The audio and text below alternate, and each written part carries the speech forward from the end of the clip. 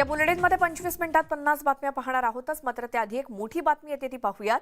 देशामध्ये धास्ती निर्माण केलेल्या इन्फ्लुएन्झा या विषाणूची नगर जिल्ह्यामध्ये एंट्री झाली आहे। नगर जवळच्या एका खासगी वैद्यकीय महाविद्यालयामध्ये शिक्षण घेत असलेल्या 23 वर्षीय तरुणाचा इन्फ्लुएन्झा म्हणजेच H3N2 या विषाणूची लागण झाल्यामुळे मृत्यू झालाय।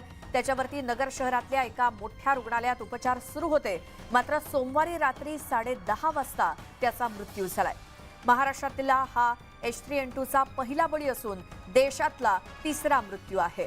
आमचे प्रतिनिधी साहेबराव कोकडे नगरमधून आपल्या सोबत जोडले गेलेत। साहेबराव, हा कोण विद्यार्थी होता वैद्यकीय क्षेत्रातला, मात्र त्याला कधीपासून हा त्रास होत होता, नेमकं काय घडलंय त्याच्यासोबत?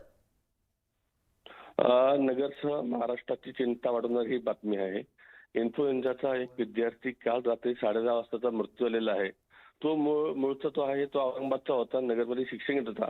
एक 14 दिवसापूर्वी ते गोव्याला एका ट्रिपमध्ये गेले होते आणि गोव्याच्या ट्रिपमध्ये गेले असताना तिथून आल्यावरती तो आजारी पडला आणि त्याच्यावरती अहमदनगरमधील एका खासगी रुग्णालयामध्ये उपचार सुरू होते। तर सोमवारी रात्री 10:30 वाजता मृत्यू झाल्याने एक खळबळ उडाली आहे।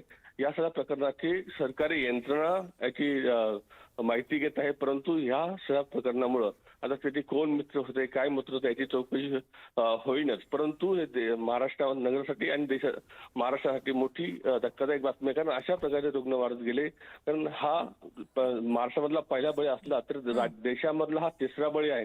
त्यामुळे साहजिक हा चिंता वाढवणारी ही बातमी आहे। बिलकुल साहेबराव, धन्यवाद तुम्ही दिलेल्या माहितीसाठी। महाराष्ट्रातला पहिला मृत्यू झाला या H3N2 या विषाणूमुळे आणि देशातला हा तिसरा बळी आहे।